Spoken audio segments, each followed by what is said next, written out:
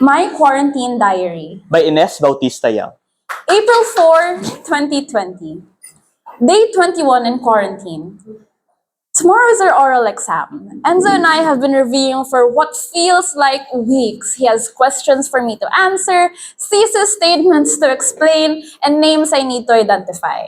I'm usually good at cramming. I fill up my brain with all this information, repeat them to myself over and over, and spill everything on the day of the exam. But that's not the way he studies. And I realized my brain doesn't feel like it normally does. Enzo says it's probably because of the pandemic, because of lockdown. I told him I don't understand that. It's not like I'm really doing anything that differently. I don't get it. He said, But the way I see it, if something is wrong and I don't understand it, it's probably because of this unprecedented situation. Does that make sense? meh. But I had to admit, it did. A lot of the things he says make sense, actually. It's just hard to let him know he's right. I used to like torturing him when we were partners for our last theology project. He would walk up to me with his ideas, his notes, his enthusiasm, and I would just shrug and tell him I was willing to go along with whatever he wanted. I'd watch his eyebrows crunch up and his gaze drop, as if he were considering how to deal with this strange specimen, one he thought he was going to be a responsible student like him. No matter how hard I tried, my lips would tug upwards whenever he sighed in frustration because I didn't read the assigned chapter or watch the assigned movie. I knew he was going to give me the TLDR version anyway. And even if I was delinquent as hell, he still tried. It was kinda cute. Kelsey teased me about it, saying I had a special place in my heart for him despite my claims to the contrary, despite my claims to be annoyed by his nerdiness. I just ignored her. Do you want to take a break from studying? Now that I didn't expect. Is this Enzo? Hello? Hello, Enzo? Is that you? He was laughing. Yeah, no, you know the stuff. We can take a break. Really? Yeah, really. Great, let's switch to a video call then. I wanted to see someone's face, even if it was just Enzo's, and he was probably going to look at me with those perplexed eyes. Video? Yeah, why? Are you indecent? I said in a sing-song tone to tease him. It's just, well, my... Okay, fine. I switched the call to video, intrigued. When Enzo's face came up on my screen, I burst out laughing. He looked like a cartoon character that stuck its finger into an electric socket. What happened to your hair? One of his hands, the one not holding the phone, flew up to attempt to flatten the offending tufts that were standing at odd angles. I knew you'd laugh at it. He grumbled. You still haven't explained why you look like an anime character. I leaned in closer to get a better look and giggled when he moved back. You do know I can see even more of it when you move away like that. Figured it out too late. He let out a low laugh. I didn't want you to know this, but it takes some effort to tame my hair in the mornings, you know? I felt my eyebrows shoot up. You mean you do other things besides study? He narrowed his eyes and I noticed them for the first time. They weren't just dark and deep, but expressive. And it felt like they were pulling me in somehow. I mentally shook myself and said the first thing that popped into my brain, truth or dare, Enzo? What?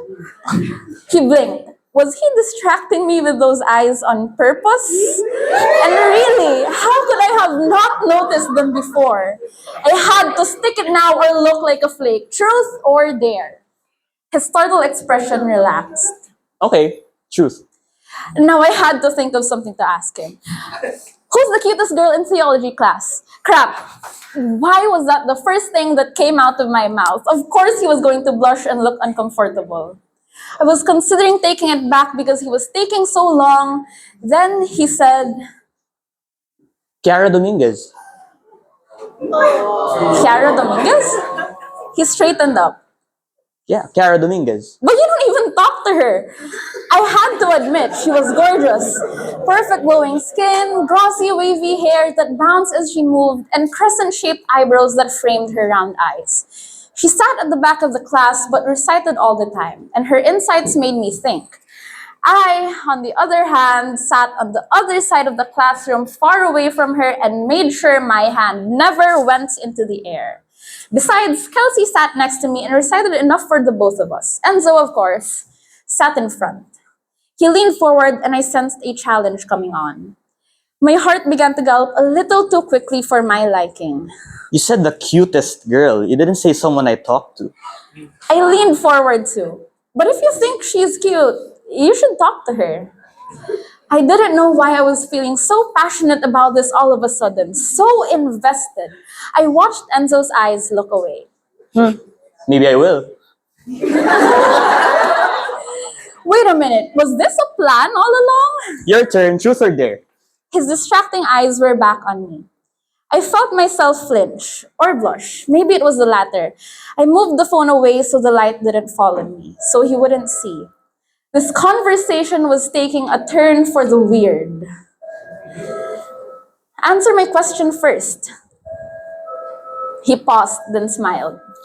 It wasn't a plan of mine, but maybe it will be. I rolled my eyes. I couldn't help it. Okay, there. Email your mom and ask her how she's doing. I stared into my screen, studying his face. Was he serious? You went there, huh? He nodded. Just ask her how she is. Enzo, I don't do that. She's your mom, Yana. I have my dad. I didn't say you don't have your dad. He sighed and paused as if to think about what he was going to say next, or how he was going to say it without me biting his head off. You know, it's just a scary time, and I think you need everyone on your side, everyone you can get. Is that why you're calling Ciara? I smirked, glad he made it so easy to tease him. He grinned. Maybe. Don't change the subject. Find me a date for my dad first. Is your tita game? I have a date in mind already. Those pretty, distracting eyes widened. Oh no, I forgot. I'll give her a call later after we hang up. Okay, so let's hang up and you can get on it. Yana? His tone was serious, as if he were treading a precarious path towards me, most likely. Enzo? I raised my eyebrows. Just think about messaging your mom. I sighed, because he didn't sound pushy, because he sounded like he cared. Okay, I will. My quarantine diary. By Ines Bautista-Yao.